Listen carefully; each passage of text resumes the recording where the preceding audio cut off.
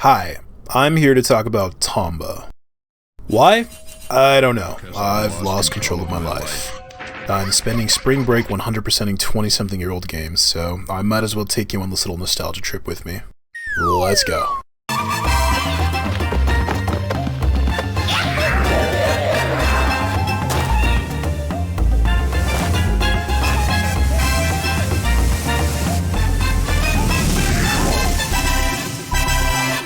Boom.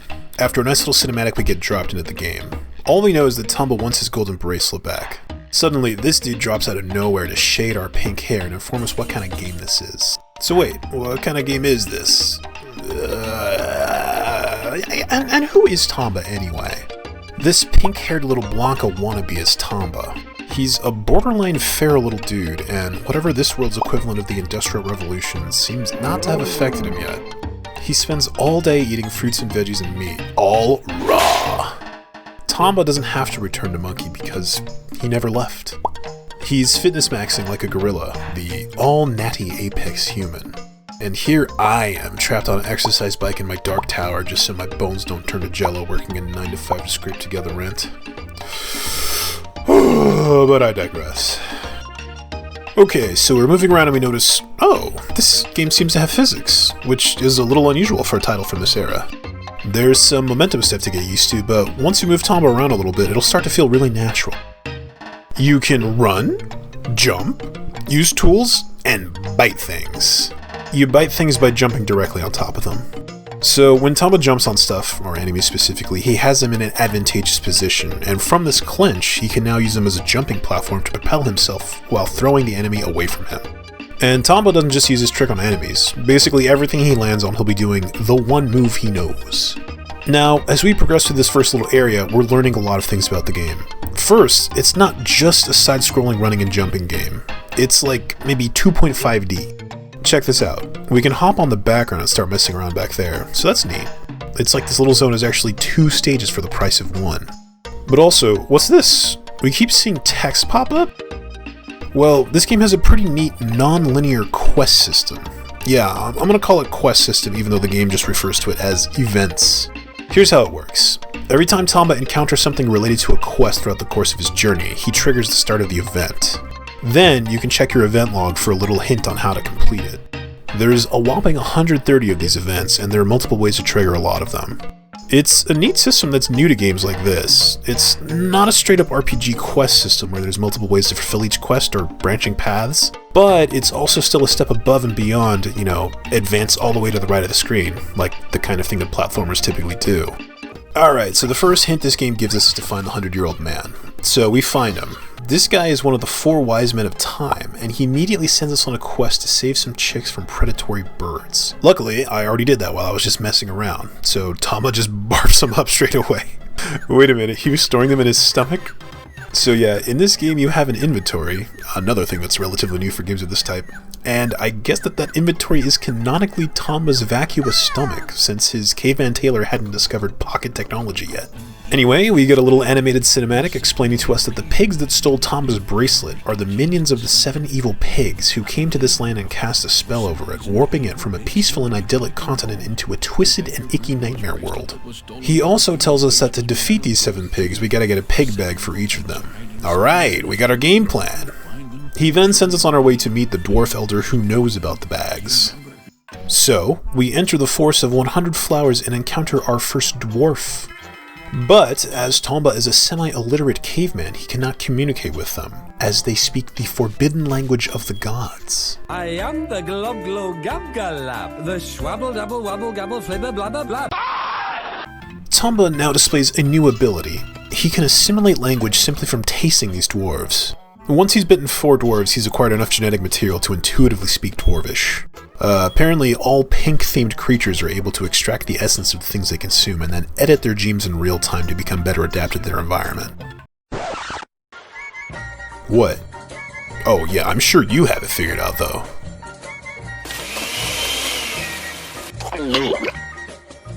Alright, so we get to the forest and then we enter the village where we get to walk around like a top-down sort of traditional RPG town screen. I like this. Tomba's got a lot of tricks up its sleeve. It's keeping me on my toes. But walking around the village, I noticed there appears to be a lot of men. This is sort of reminding me of a Smurf-Smurfette situation. Exactly what is the reproductive strategy of a species with such a ratio? Eggs? I ponder these haunting questions as we do a shitload of chores for the dwarves. Turns out Tomba's a pretty considerate caveman, and basically everywhere we go we're just going to be solving problems for people. After rescuing the 7 dwarves and 1 child, we are rewarded by the chief dwarf with our first pig bag.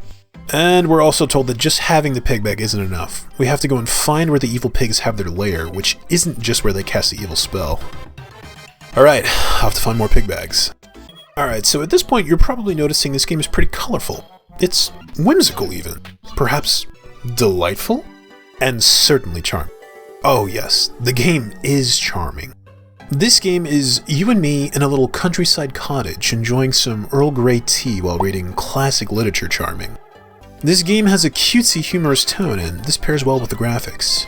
The environments are mostly 3D and the characters are mostly sprites. Now remember, this is still relatively early in the life cycle of the PlayStation, so I think it looks alright for the time. This same year we have stuff like Final Fantasy VII, and while the environments in that game look nice, the models...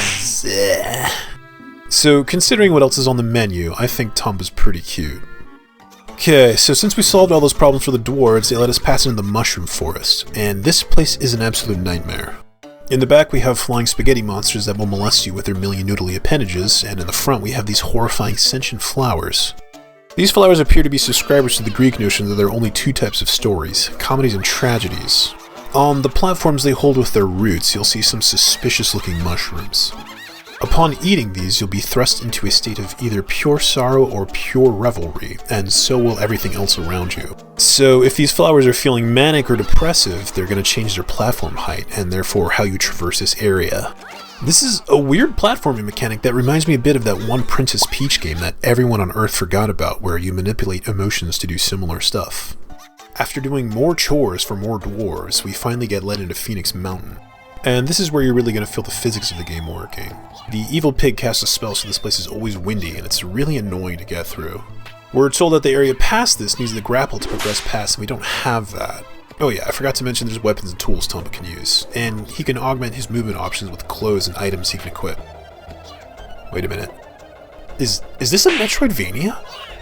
Okay, yeah, I think this is kind of a metroidvania. So, Symphony of the Night had just come out earlier this year, so I doubt this had any real influence on this game, but I guess the genre is just sort of independently emerging from various locations. Sort of like how Leibniz and Newton invented calculus at the same time. Now, I don't know exactly when the term Metroidvania was coined, but obviously by now both the Metroid and Castlevania series have plenty of entries. And the Metroidvaniest of all the Metroidvanias had just come out. But compared to that, Tomba's like a Metroidvania light. Alright, now that we know what kind of game this is, let's go. So we ride this phoenix at the top of the mountain, but he's feeling quite sleepy and drops us in Bacchus Village. This village is inhabited by little mouse people, cursed to inhabit tiny fragile bodies by the evil pigs. Obviously, Tomba's gotta do chores for these guys too, so we're immediately off to fix the pump that powers the local fountain, which just gets water from the lake, which is apparently made of wine. Oh, Bacchus Village, I get it, like Dionysus. Anyway, right next to town is this huge haunted mansion where you can rotate around all 4 sides of it. The 1,000-year-old man is trapped in here and we gotta talk to him. It's around here that I began to notice the limitation of the PS1 hardware. Every time you want to change perspective on this level, there's a loading screen, and once you notice how many loading screens there are in this game, you can't stop noticing. Sometimes there's legitimately like 5 in a row if you want to get to a certain place. Look at this. While we're watching this, I just want to comment that the world building of this game is really cool. Everyone you talk to is funny and nice, and I like the whimsical elements like the 1,000-year-old man and oh, okay, we're done. So, how about the music in this game? Well, I think Tomba's got some bops, but you listen it aside because in my background research for this game I read that a lot of people didn't like the game's sound design.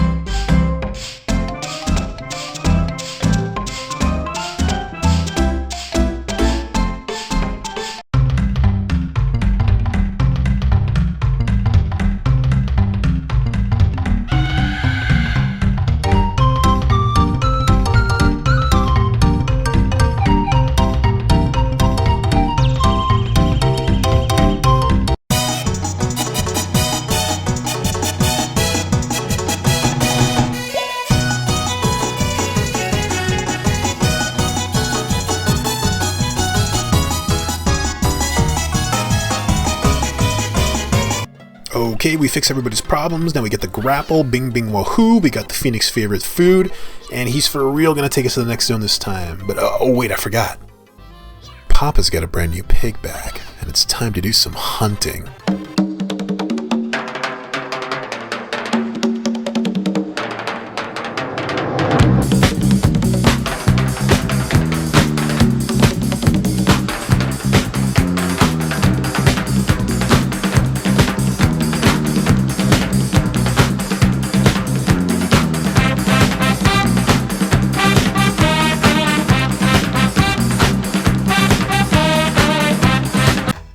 Oh shit, I thought that was gonna be way harder. That was it?